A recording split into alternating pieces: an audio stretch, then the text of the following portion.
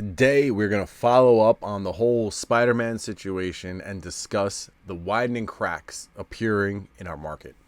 Let's talk about it. I have come here to chew bubblegum and kick ass, and I'm all out of bubblegum. All right, so let's talk about the widening cracks that are forming in the market. I made a video 1 or 2 weeks ago talking about, cracks forming in our market, talking about how the people cheering on the collapse of Spider-Man are helping push the whole market towards further shrinkage and collapse, okay? Since then, the rhetoric hasn't stopped. Spider-Man is the worst. Spider-Man, it should be $100, even despite the $35,000 chase card in here, and the fact that this is a crazy IP, and the fact that you have some pretty cool art and whatnot. Let's ignore all that. Let's get emotional with everyone and just be like, oh, it's bad and the art is bad, okay? Look, Spider-Man shouldn't be this much. It's gonna be more money. It's part of the market right now. Everybody who is saying Spider-Man is bad, but Avatar is gonna be great. Well, go look at the prices of Avatar. They were at $1,000. Now they're currently at around $600. So that's kind of crazy that Avatar shrunk this much. Yet we're not seeing the same anger and frustration directed at it, right? And lorwyn is set up for issues as well. People bought it out instantly as soon as it appeared on, on Amazon and other websites for pre-sale, and now it's pre-selling at $600 to $650, even more than Avatar. So lorwyn is setting itself up for that same type of retraction and collapse. We know that there's going to be no cereal in Avatar, and now we just got the announcement of Teenage Mutant Ninja Turtles, the set that I guess you didn't know was coming, but you wanted, or maybe you don't want.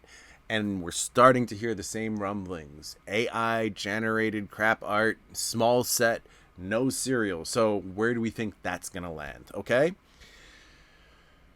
It's not just that, we're seeing gold and silver reach crazy new peaks, and gold and silver are kind of like fear hedges. So when they're rocketing up like this, it's kind of a worrisome thing for the whole market. A healthy market doesn't retract 1,000 points in a day just because the president said something. You know what I mean? So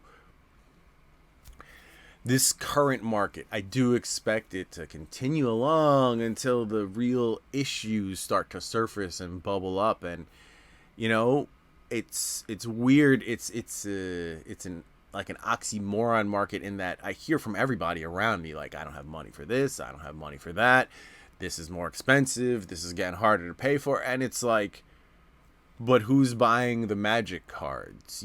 So who's buying the magic cards, and are they just sitting on them? It's very strange, guys, and it's seeming more strange, especially with what's coming up in the next year. And you know what? I think that the universe's beyond is helping to mask real problems, in that, yes, these are selling, and yes, it's going up, but when we look at the overall state, there's no coherence, there's no future down this road. So I guess what I'm really trying to say is, let's see what comes next, because this market isn't looking great, and just don't overextend yourself. If you're gonna buy 6 boxes of something coming out, make sure it's not on a credit card, okay? Stuff like this. Because what happens when you spend 12 grand on 12 boxes and it turns into 6 grand, and then the market crashes and your other investments are down, and then nobody's buying Pokemon and this, that, and you know what I mean? What happens then? And then what are you going to do when you're left with just the debt? I don't know. There's certain areas where the risk is low right now. Spider-Man at MSRP, the risk is pretty freaking low. lorwyn at double MSRP, now you're starting to get a little worrisome, okay? Like, Wilds of Eldraine, I was about to grab a box, but over there, Wilds of Eldraine, this is up crazy amounts of money over the year, but right now, the box price is down 20%. You know, like, is it going to go down more? I think it's got a lot of room to go down.